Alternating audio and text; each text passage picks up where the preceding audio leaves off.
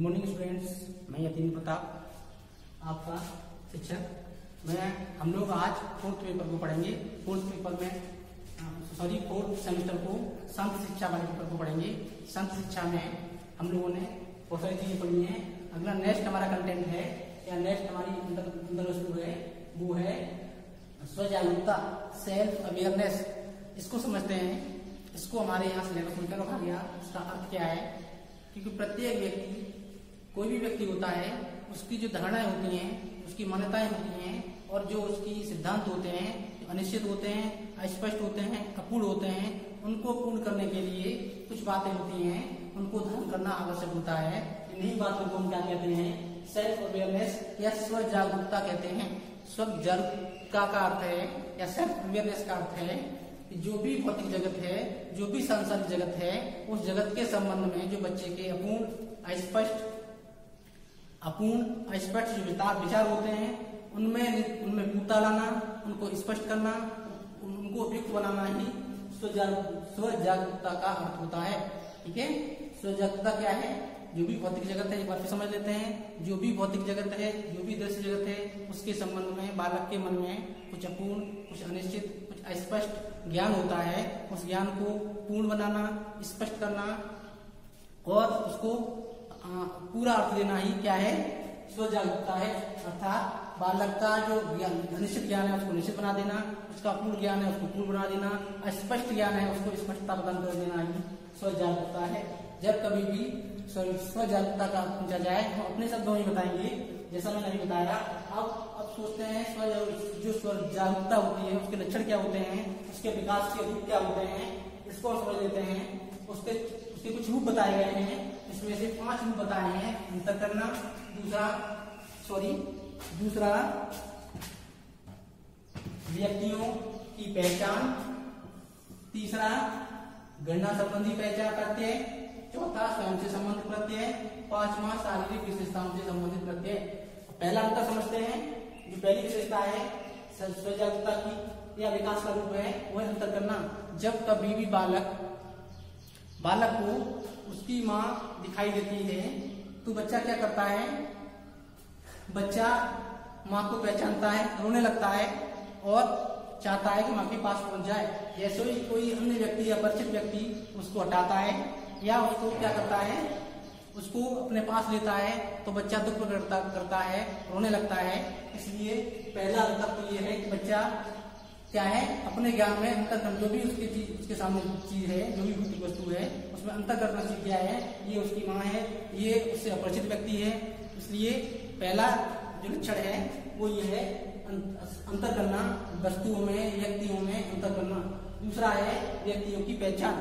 जब कोई भी छात्र, जब कोई किसी भी बालक को उसका अपरिचित, उसका भाई बहन, पिता माता, दादा दादी उसको गोद में लेता है, बड़े प्यार से पहुंच जाता है। इसके उलट यदि कोई व्यक्ति किसी बच्चे को अपनी गोद में लेता है, पास बुलाता है, तो बच्चा रोने लगता है, दुख प्रकट करने लगता है। इससे क्या है? जो बच्चे होते हैं या व्यक्ति होते हैं उनमें पहचान की पुष्टि होने लगती है। तीसरा स्वजागरूकता के विकास का जो लक्षण है, सिम्टम्स है, वो है गणना संबंधी प्रत्यय।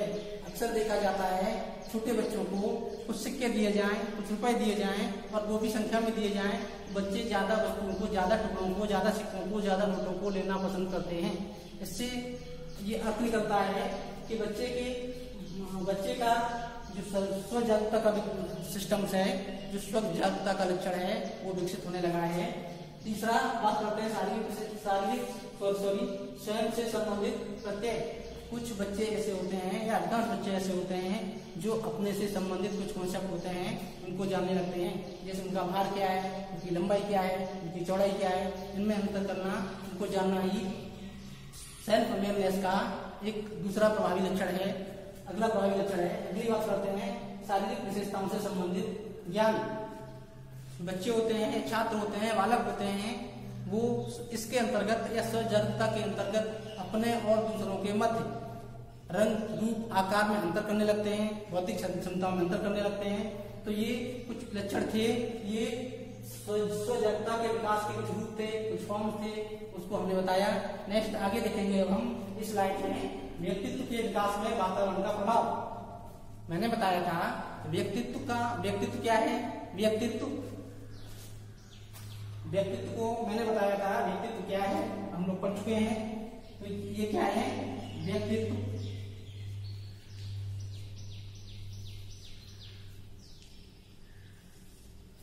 हम लोग पर्सनालिटी को मैंने बताया था, पर्सनालिटी क्या है, किस शब्द से बनी है, उसका अर्थ क्या है, उसका व्यापक अर्थ क्या है, ये सारी बातों को हम पढ़ चुके हैं, इस समय नहीं पढ़ाएंगे। आगे देखते हैं हम लोग।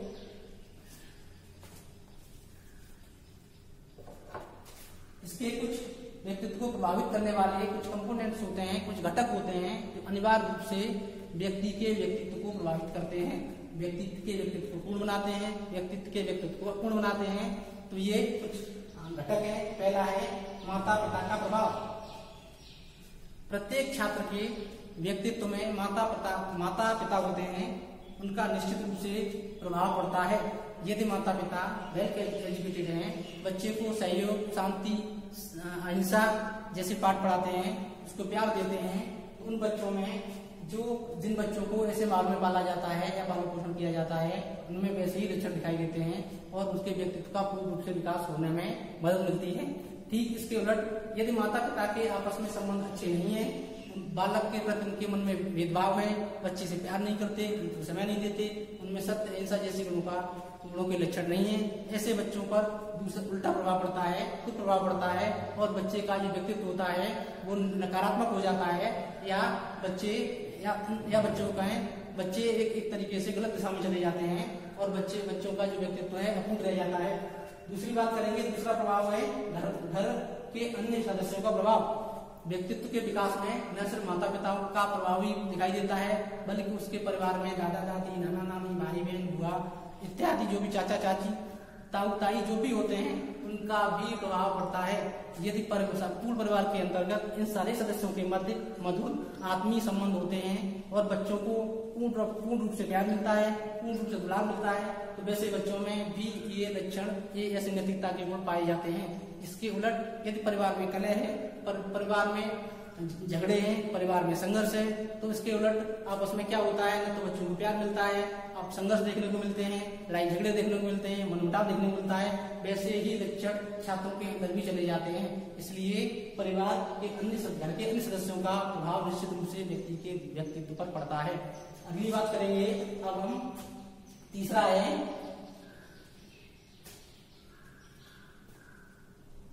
तीसरा देखते हैं सहपाठियों का प्रभाव। यहाँ पर देखते हैं हम लोग सहपाठियों का प्रभाव। जो भी छात्रों के साथ पढ़ने वाले उसके यार दोस्त होते हैं, उनके फ्रेंड्स होते हैं या पीयर दोस्त होते हैं, उनका प्रभाव भी छात्रों पर निश्चित रूप से पड़ता है। यदि छात्रों का समूह, छात्रों के संगी साथी, छात्रों के सहपाठी इस प्रकार के हैं कि उनमें सहयोग की भावना, परोपकार की भावना, दया की भावना, एक दूसरे की मदद की भावना, ये सारे लक्षण हैं, तो वैसी स्थिति में जो भी ग्रुप में छात्र है उसके व्यक्तित्व पर भी सकारात्मक प्रभाव पड़ेंगे। इसके उलट यदि ग्रुप के मध्य या पीयर ग्रुप के मध्य, सहपाठी के मध्य तनाव है, संघर्ष है, मतभेद है, परोपकार की भावना नहीं है, दुराव की भावना है, ऐसी स्थिति में उस व्यक्ति पर जो उस समूह का सदस्य है उस पर भी नकारात्मक प्रभाव पड़ते हैं। इसलिए कहा जा सकता है कि संगी साथी या सहपाठियों का प्रभाव भी छात्रों के ऊपर या बालक के ऊपर निश्चित रूप से पड़ता है। और ये दो तरीके का होता है, सकारात्मक और नकारात्मक, जैसा कि मैंने अभी बताया। अगला है विद्यालय की भौतिक स्थिति। छात्रों के व्यक्तित्व पर या व्यक्ति के बालक के व्यक्तित्व पर जो विद्यालय की भौतिक स्थिति होती है, जो विद्यालय का इंफ्रास्ट्रक्चर होता है, जो विद्यालय का बाह्य वातावरण होता है, उसका निश्चित रूप से प्रभाव पड़ता है। शिक्षण अधिगम कराने के लिए शैक्षिक परिस्थितियों का अनुकूल होना निश्चित रूप से आवश्यक है। यदि शैक्षिक परिस्थिति अधिगम के लिए अनुकूल नहीं है तो छात्र उन परिस्थितियों में अध्ययन नहीं कर सकता। इसके मध्य विद्यालय के भौतिकरण की बात करते हैं, जैसे साज सज्जा है, पंखे हैं, पर्याप्त प्रकाश की रोशनी है, बैठने की उचित व्यवस्था है, लेखन सामग्री है, पाठ्य पुस्तकें हैं, तमाम ऐसी चीजें हैं जिनका छात्रों के व्यक्तित्व पर निश्चित रूप से प्रभाव पड़ता है। अगला देखते हैं शिक्षकों का प्रभाव। कहा जाता है शिक्षक छात्रों के या संपूर्ण मानवता के भाग्य विधाता होते हैं। शिक्षक शिक्षक की वह डोर है जिसको पकड़कर छात्र या बालक अपने करियर की, अपने जीवन की अनंत ऊंचाइयों को छूते हैं। ऐसी स्थिति में शिक्षकों का प्रभाव आवश्यक रूप से छात्रों पर पड़ता है, बालकों पर पड़ता है। यदि शिक्षक योग्य है, कर्मठ है, सहयोगी है, दूरदृष्टा है, विषय का विशेषज्ञ है, उच्च अनुशासन वाला है, उच्च चरित्र वाला है, ऐसे शिक्षकों का प्रभाव निश्चित रूप से छात्रों पर सकारात्मक पड़ता है और छात्र वैसे ही होंगे। इसके उलट यदि शिक्षकों में ये सारे गुण नहीं है, इसके उलट और गुण है, तो छात्रों पर नकारात्मक प्रभाव भी देखने को मिलता है। अगली बात करते हैं जन्म क्रम का प्रभाव, अर्थात बच्चे के जन्म क्रम का प्रभाव भी उसके व्यक्तित्व पर पड़ता है। यदि बच्चा अपने माँ बाप की किस क्रम की संतान है, यदि बच्चा प्रथम संतान है, उसको सबसे ज्यादा प्यार मिलता है, सबसे ज्यादा दुलार मिलता है, सबसे ज्यादा सुविधाएं मिलती हैं, सारे परिवार सदस्य, विद्यालय, समाज सबका उलाढ़ा होता है। वैसी स्थिति में उस पर सकारात्मक प्रभाव पड़ता है। इसके उलट यदि बीच का अनुक्रम है, तो ऐसी स्थिति में माता पिता, परिवार के अन्य सदस्य बच्चे पर उतना ध्यान नहीं देते जैसे पहले जन्म क्रम के बच्चे पर देते हैं। इसलिए उस बच्चे में उतना सकारात्मक प्रभाव नहीं पड़ता जो जन्म क्रम के पहले बच्चे पर पड़ता है। ये तमाम रिसर्चेज में ये बात पाई गई है, तमाम शोधों में ये बात सिद्ध हुई है कि ऐसे बच्चों में पर्याप्त रूप से उनके व्यक्तित्व का विकास नहीं हो पाता। और हम निचले क्रम की बात करें या अंतिम क्रम की बात करें, वैसी स्थिति में जो जन्म क्रम का अंतिम बच्चा होता है उस पर भी परिवार का प्यार बहुत ज्यादा होता है, माता पिता का प्यार बहुत ज्यादा होता है। तो वैसी स्थिति में वो बच्चे भी दोनों तरह का प्रभाव पड़ता है। वो जिद्दी भी हो सकता है, वो सहयोग की भावना भी हो सकती है, उच्च आदर्शों का उसमें विकास हो सकता है। तो ये कुछ बातें थी जो व्यक्तित्व के विकास में वातावरण को निश्चित रूप से प्रभावित करती हैं। ठीक है, अब चाहे रिटर्न कर लें इसको और नहीं तो इसका स्क्रीनशॉट ले लें।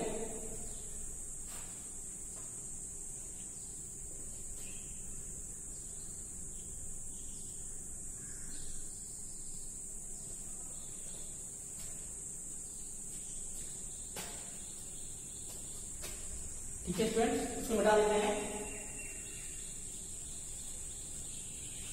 ये टॉपिक हमारा पूरा होता है।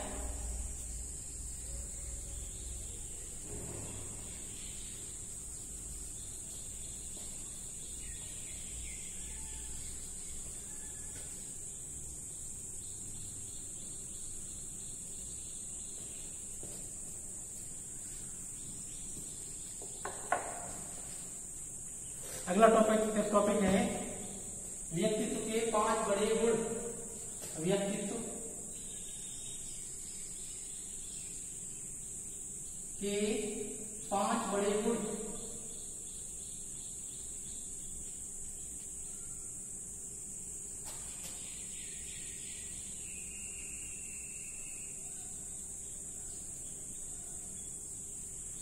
व्यक्तित्व के 5 बड़े गुण। इसमें पहला है चैतन्यता। देख लेते हैं इसको, चैतन्यता।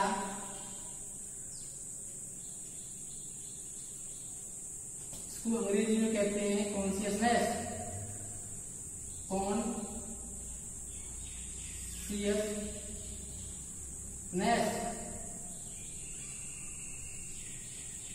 इसको समझ लेते हैं, ये चैतन्यता है क्या, अर्थात चैतन्यता का अर्थ क्या है।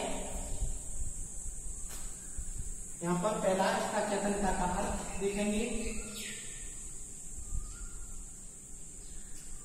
चैतन्यता का अर्थ, ठीक है, इसको देखते हैं। इसका तात्पर्य होता है कि बच्चे को कर्तव्यनिष्ठ होना, स्वशासन को दर्शाना और कर्तव्यपरायण होना। पहला, कर्तव्यनिष्ठ छात्र का कर्तव्यनिष्ठ होना, कर्तव्यनिष्ठ होना। दूसरा, कर्तव्यपरायण होना, कर्तव्यपरायण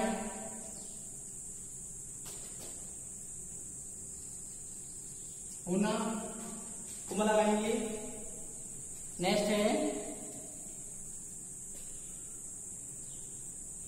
कर्तव्यनिष्ठ होना, स्व अनुशासन को दर्शाना, स्व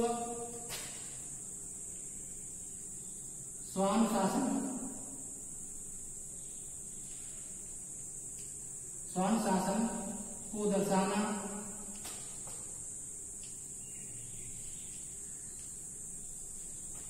और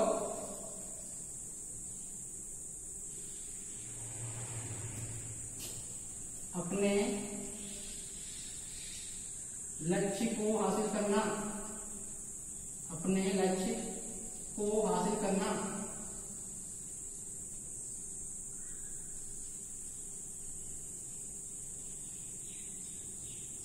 इक्वेशन समझते हैं। इसके अंतर्गत क्या होता है, इसका अर्थ क्या होता है, चैतन्यता का होता है कॉन्शियस, अर्थात कॉन्शियसनेस, अर्थात कोई भी व्यक्ति अपने कर्तव्यों के प्रति, अपनी कर्तव्य निष्ठा के प्रति, अपनी कर्तव्य भक्ति के प्रति, अपने जो उत्तरदायित्व है उनके प्रति चिंतनशील होना, सचेत होना और उन पर पूरी तरह से क्या करना, उस पर पूरी तरह से फोकस कर लेना ही क्या है, चैतन्यता है।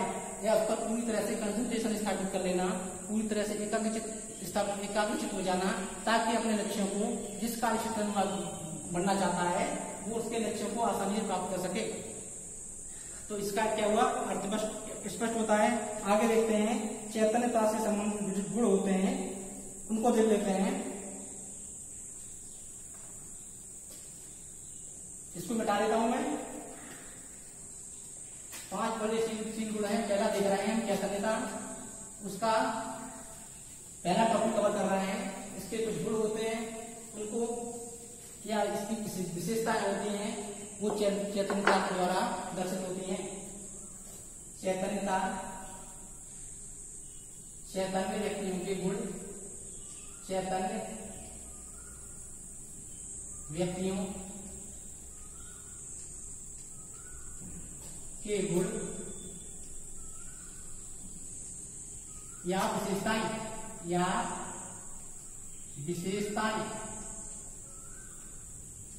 चैतन्य व्यक्ति के गुण या विशेषताएं, व्यक्तित्व से कुछ व्यक्तित्व में कुछ गुण होते हैं जिनके द्वारा चैतन्यता के लक्षण प्रकट होते हैं या उनके गुण दिखाई देते हैं।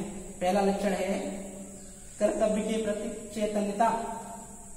कर्तव्य पहला लक्षण है कर्तव्य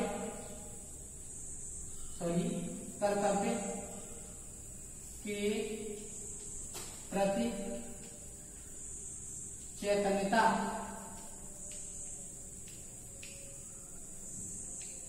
इसको समझते हैं, ऐसे व्यक्ति जो अपने कर्तव्य को निष्ठापूर्वक, ईमानदारी पूर्वक और पूरी निष्ठा से करते हैं, उन व्यक्तियों में इस लक्षण को देखा जाता है, चैतन्यता जैसे लक्षण को देखा जाता है, उसे व्यक्तित्व को मापा जाता है।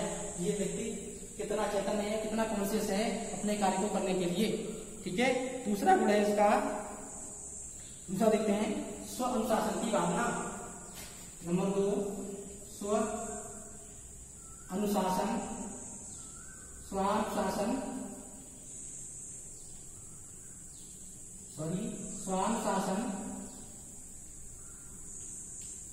की भावना, स्वानुशासन की भावना।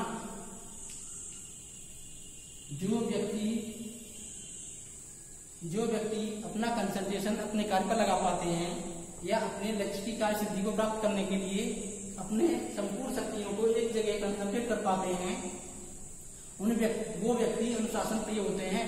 अर्थात ऐसे व्यक्ति ही अच्छे व्यक्तित्व के धनी होते हैं, जो स्वयं द्वारा अनुशासन स्थापित करते हैं और अपने को सारे जो नियम होते हैं, कायदे होते हैं, कानून होते हैं, उनके हिसाब से स्थापित करते हैं और उन्हीं के हिसाब से खुद को संचालित करते हैं। दूसरा लक्षण हुआ। तीसरे लक्षण की बात कर देखते हैं हम यहाँ पे। तीसरा लक्षण है या तीसरा विशेषता है, वो है योजना के अनुरूप कार्य करना। योजना के अनुरूप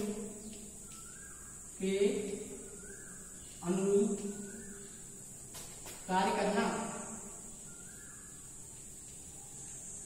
योजना के अनुरूप कार्य करना, इसका तात्पर्य है कि प्रत्येक कॉन्शियस व्यक्ति, प्रत्येक चेतनशील व्यक्ति जो अपने कार्य में लगनशील होता है, अपनी सारी शक्तियों को एक ही जगह एकाग्रित कर पाता है, वैसे व्यक्ति किसी कार्य को करने से पूर्व उस कार्य पर चिंतन मनन करते हैं, उस कार्य के लिए फ्रेमवर्क बनाते हैं, उस कार्य के लिए प्लानिंग करते हैं और जो कार्य जितना टफ होता है उसी के हिसाब से उसकी तैयारी करते हैं, उसी के हिसाब से अपना समय देते हैं, उसी के हिसाब से पढ़ाई करते हैं।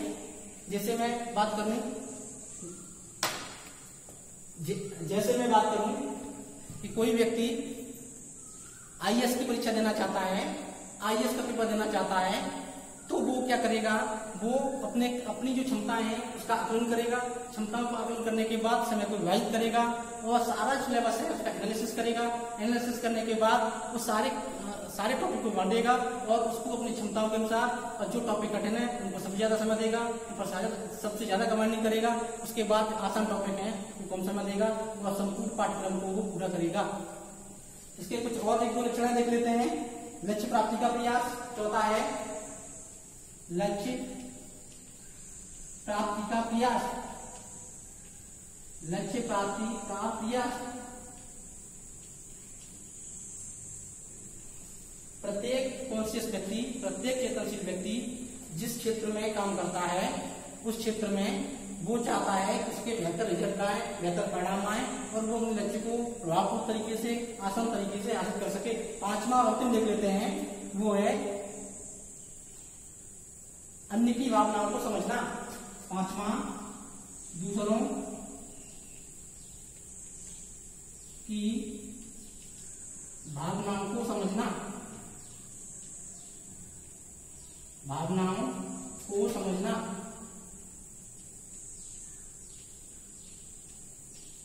इसको देखते हैं, जो भी चेतनशील व्यक्ति होते हैं जिनके अंदर